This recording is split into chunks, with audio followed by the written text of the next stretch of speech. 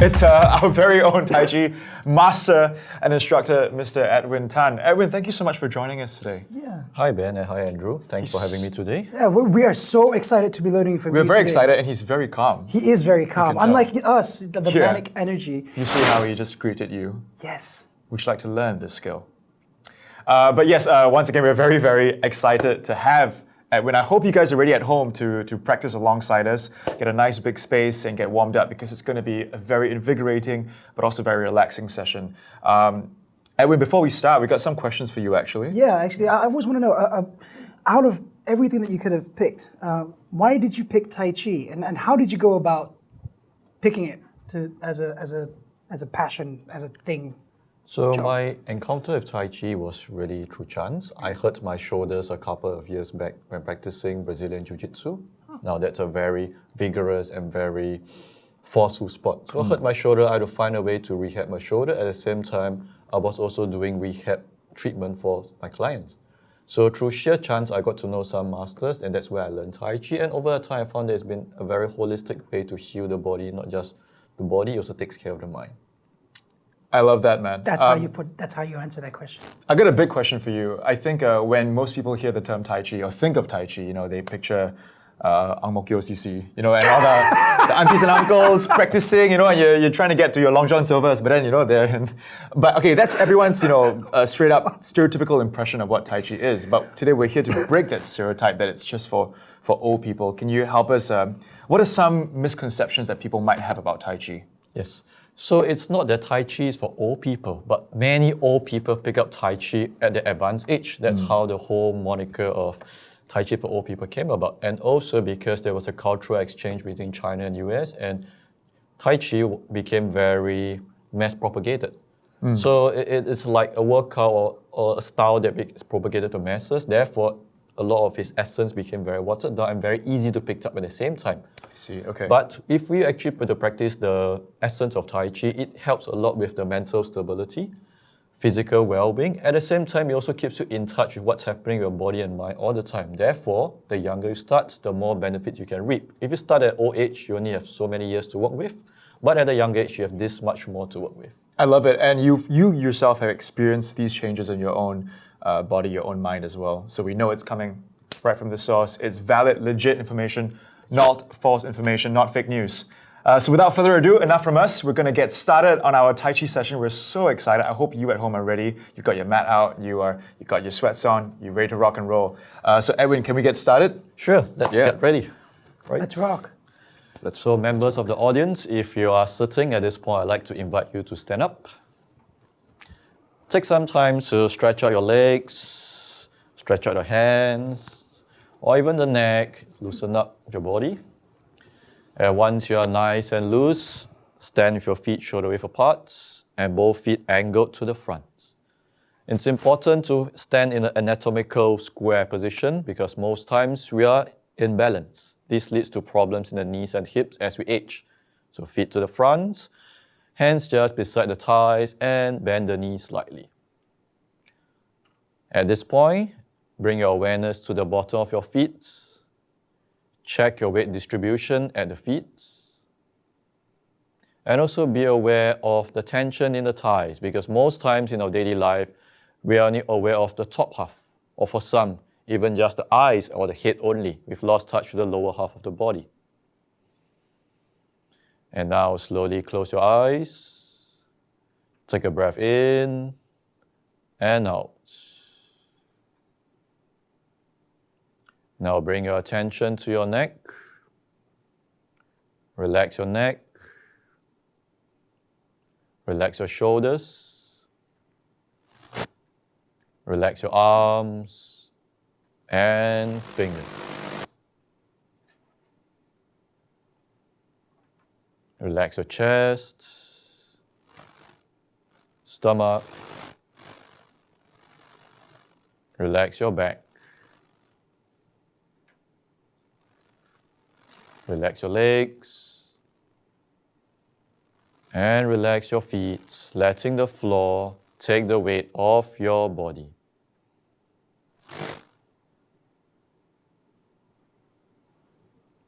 Check your balance, left and right. Distribute your weight evenly. Check front and back. Distribute your weight evenly. And now we will take 3 breaths. In, out, relax. In, out, relax. Last time in and out. Slowly straighten up and open your eyes. Good. What we just did is called a centering practice or centering exercise. This can be done any time of the day where you only have 30 seconds, 1 minute, or even 5 minutes just to stay and relax and let the stressors of the body go out through the feet into the ground. Now, let's begin with some warm-up exercises, starting from the shoulder, hands on the shoulder, and circling the shoulders to the front. Big circles.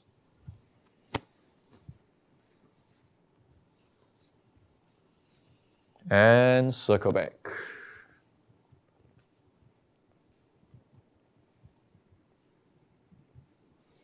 Let's also warm up the wrists, which takes a lot of stress from repetitive typing the whole day. So just forming a loose fist, circle the wrist outwards.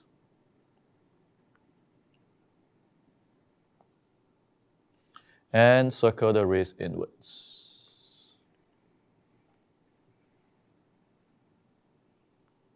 Getting to the knees, open the feet slightly wider. Bend the knees slightly, hands on top of the knees, circle the knees to the front.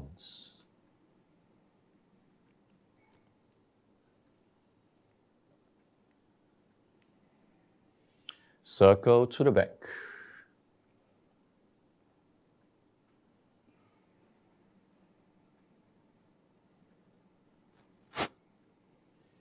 Straighten up, and lastly, the last joint will be the ankle. Standing on your left leg, hands on the hips. Lift up the right leg, circle the right ankle outwards.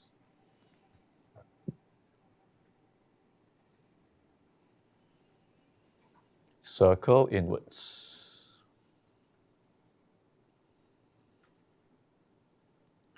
Changing sides. Left leg up, circle out.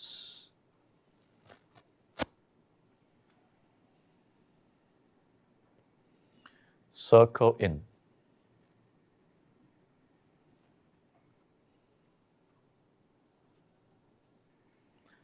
And good. Place the leg down, relax the arms and legs first. It's always good to switch in and out of concentration. Being too concentrated all the time can lead to mental fatigue and subsequently physical fatigue. Now let's cover the first move for today. It's called rooster standing on one leg. For this move, you'll stand your feet together, pressing the left palm towards the floor, weight on the left leg, and lift up the right hand and right leg in this position. Fingers open, toes down. And let's try to hold here for 30 seconds. As you're standing, if the body starts swaying around, it's okay to do so. Or if the ankle starts rolling around, that's fine. Allow your ankle to find its natural balance point. Too often, we try to hold the body with too much tension instead of letting the body find its own natural balance. 5, 4, 3, 2, 1, down. Changing sides, weight on the right leg, right palm pressing down. Lift up the left hand and left leg. Fingers open, toes down. So as the body sways along, just adjust the weight back to the middle. Allowing your breathing to gradually slow down.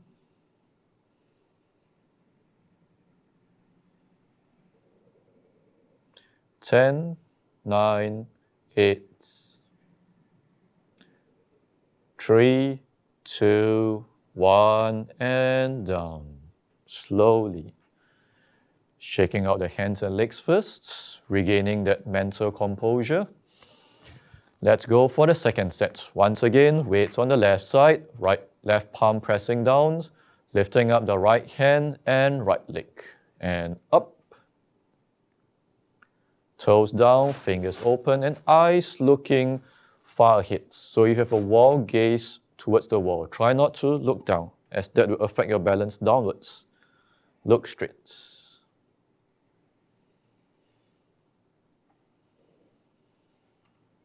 The smoother your breath, the easier it is to balance.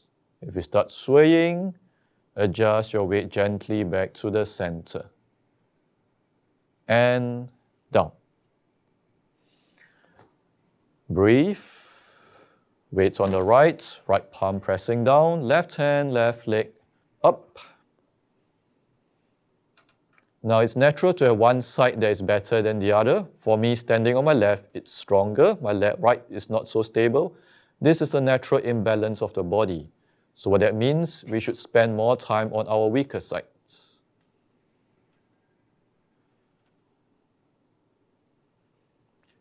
5, 4, 3, 2, 1. Down. And relax, stretch out your legs and hands.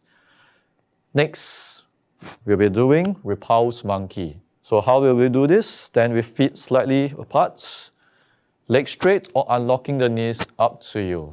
Both hands pressing to the front. This move has 2 steps. Step 1, sweeping, bending. Step 2, extending to the front. 1, sweeping, bending. 2, extending to the front. 1, sweep, bend. 2, extend. 1, sweep, bend. 2, extend. 1, and when you bend the arm, look at your palms. 2, when the hand goes forward, turn your head and face the front. 1, 2. Breathe in, breathe out. In, out. Slowly in, let your breath lengthen. Out. In, out. Let your breath lengthen more, slower. In. Let the lungs fill up. Out. In. If you can, use your nose for inhalation and exhalation. One last cycle. In. Out. In. And out. Relax. Lower the hands now slowly. Good. Next, we'll be doing cloud hands. For cloud hands, you will need to stand in the wide stance. So if you have good flexibility like Andrew, you can go lower. If you're not so flexible, then a bit higher. So the depth depends on your flexibility as well as your leg strength. The higher it is, the less taxing it is on your legs. The lower, the more taxing. So do it at your level of comfort. Hands will be in these positions. Right hand on top, left hand below. And your weight will be on the left side first. From here, we shift your weight to the right, sweeping with the hands. And then we shift your weight to the left, sweeping to the left. Right, sweeping, left, right, left, adding the breathing, in, out, slowly, in, out, and try to have a distinct weight shift. In, shift and sit on the right, turning the body slightly. Out, shift your weight to your left, turn the body to the left and sit. In. Out. Let's do it even slower. In, lengthening the breath and also training the muscles of your legs. Out. In, doing a sweeping, like parting the clouds, sweeping the clouds away. Out. Last 2 cycles. In. Out. In. And out. All right, ease off. Shake out your legs and arms a little if your legs are a little fatigued from the squatting position. Now the next move we'll do is a dynamic move. So if you haven't noticed, we started from a more static posture, slowly progressing into a dynamic posture. With this move, you'll be stepping to the right and subsequently to the left. So make sure you have space to the sides of you. The next move we'll be doing is called Part Wild Horse Min. This will be the 4th, last move for today. So left hand on top, right hand below, standing on the left leg. From here, let's go. 1, lifting and stepping to the right. 2, right hand goes up, left hand goes down, face the right. 3, stepping to the front, close. 1, lifting, stepping. 2, turn, left goes up, right goes down. 3, step forward, close the ball. 1, lift and step. 2, turn and split, right going up, left going down. And take note, the left palm presses down. It's not a palm up position, press down. 3, stepping forward, close the ball. Let's make it a bit smoother. 1, and step. 2, and split. 3, and close. 1, step. 2, split. 3, close. 1, step. 2, split. 3, close. Now we can make this move a little harder by doing this. 1, lift the leg and hold. 2, then we step. So we add an additional step. The 4 counts. 3, turn and split. 4, then we step and close. By adding additional step, we get to train our legs a bit more. 1, hold there. 2, step. 3, split. 4, close. Last cycle on each side. 1, hold there. 2, step. 3, split. 4, close. Last time. 1, hold. 2, step. 3, split. 4, and close. Ease off. Shake out the hands and legs, come back to the middle. We'll end this by doing a closing motion, or we can call this gathering the chi, bringing the chi back into the body.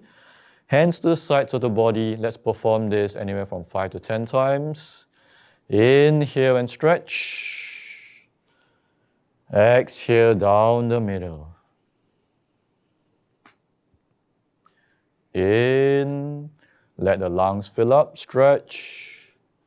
Out, sits your weight down. Let the floor take the weight. In, out. Now slower. In, Out. At this point, I'd like to invite you to close your eyes and do it at your own pace, very slowly inhaling, letting your breath stretch out, and also exhaling slowly. Now it's it. Some masters can take as long as 10 to even 30 seconds on the inhalation and 10 to 30 seconds on the exhalation. 2 more times, slowly in, out, last, in, and out. All right, slowly open your eyes and straighten up. Well done, everyone. Oh, it seems like we've got a special request, a request to do some of the more advanced move. Shall we try this? This is your fault. Shall we try that, Ben and Andrew? How to do this? All right, so let's try one move. So in Tai Chi, it splits into there is the form work and there is what we call training move or Ti Pen Gong. So one of the moves is called snake creeping in the grass. So like the name says, we'll be going low, right? Stand with your right leg facing the front. Left leg, take a step out to the side. Yes. So you form like an L. Okay, not too wide, just in a stable position. Both hands facing to your left, like facing the wall if you have. Make sure the toes are down and sit down on the right side with heels not coming off, as low as you can. So if you can go low, this is great. If you can't, something like this is fine. So both hands looking down.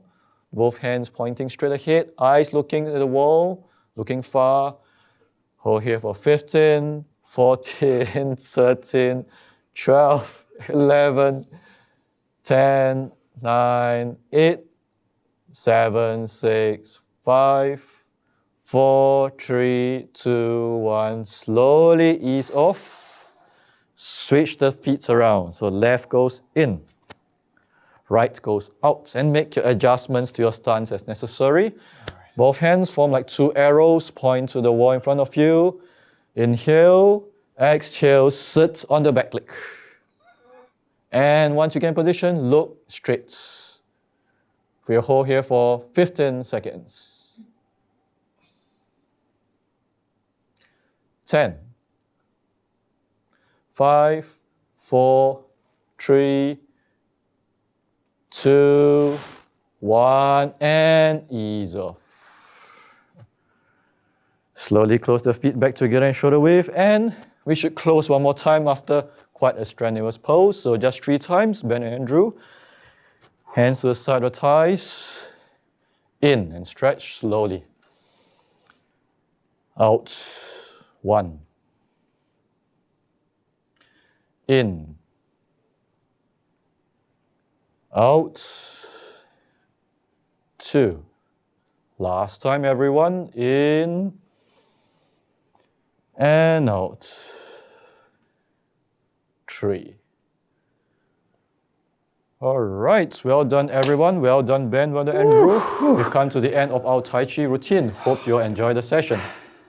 I don't know about you guys at home, but that was a journey for me. I don't know if you guys could hear this, but Ben sounds like a bag of cornflakes. Just Yeah. I was day. cracking. You know what? I'll tell you this. It was 99% relaxing until we did the snake at the grass. And then I think halfway I was like, I think I'm making a face because I was like, Yeah, you were shaking. You were breaking my chi, bro. I was breaking your chi.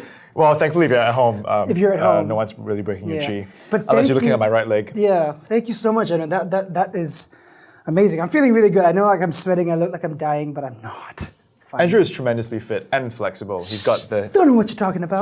his hips don't lie. Yeah. No, they do not. I've got a question for you, Edwin, especially if you are also very new to the journey of Tai Chi. I found myself actually being very focused. I was a bit worried going into this that my mind would be all over the place, but when we started, I was incredibly calm. What's one thing you would teach your students as they begin their Tai Chi journey on what to focus on mentally during the journey? That's a very good question. So I would say, number one, for everyone to hear, don't try to become off the bat. What do I mean by that? Because in Tai Chi, there's body, breath, and mind.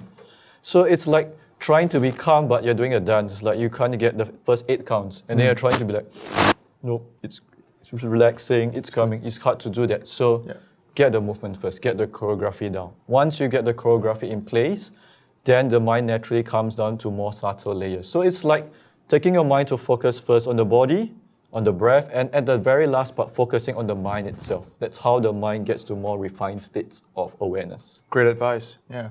Yeah, and that's a really powerful thing to say. What inspires you to continue teaching Tai Chi? I mean, in a society like this, where people just think it's for old people, what makes you go? What keeps you going? Yes, so I personally, because I felt that Tai Chi has given me a lot of benefits besides rehabbing my shoulder, I find that it's very important that this practice of Tai Chi to maintain this awareness of the body, because you live in a society where tension is king. I tell you, tension is king. Everything is about going faster, going stronger, but no one talks about fuel economy. Maintaining the gas in your tank, Wow. efficiency. So with Tai Chi, we learn how to be aware of the body and what it needs and what it doesn't need. So things you don't need, we release. Kind of like in the class, we realized we started off a bit faster, a bit harder, but as you went along, the pace naturally slowed down with this practice. I mean, speaking of gas in the tank, I literally almost farted 5 times. But I was trying, I think you might have seen my face. Whenever I did this, it means, not because I was hurting, but it means I was telling my bowels to like, stop! It's good you're expounding all the negative energy out of his body. What you said about fuel economy really struck a chord with me, because we live in Singapore. It's incredibly fast-paced, incredibly stressful. But you're living proof of that. I feel like your energy is very calm. I feel like you also play the long game. You pace yourself very, very well. It's something that I think we can all learn. And you previously said you were, prior to a Tai Chi instructor, a physical instructor as well. What other forms of exercise or activities do you do to keep yourself fit, not just physically, but mentally? Yes, so it all goes back to the tying of the 3 elements of body, breath, and mind. So Tai Chi, I would feel that works more on the element of breath. Yes, there is the physical work, but sometimes our muscle needs that workout, be it the heart pumping, muscle building, or maybe for you guys, Muay Thai, boxing, it has its place. So for building the body, I'll do more body weight exercises, push-ups, pull-ups, very basic stuff, such as squats. So in order to do snake tripping the ground. My goodness, we could correct. do that again. And at more advanced level, you're supposed to be able to hold. What? Some can hold. Yep. They're able to You hold. mean the front leg? Yeah, they'll lift up the front leg. Yeah. So this requires quite a fair amount of leg strength. And if you're talking about training of the mind, then the body craves movement, the mind craves stillness. So I recommend meditation. It's a practice I do daily, at least for an hour. So I find that meditation helps to keep the mind in balance. It helps to do a daily cleaning of the mind.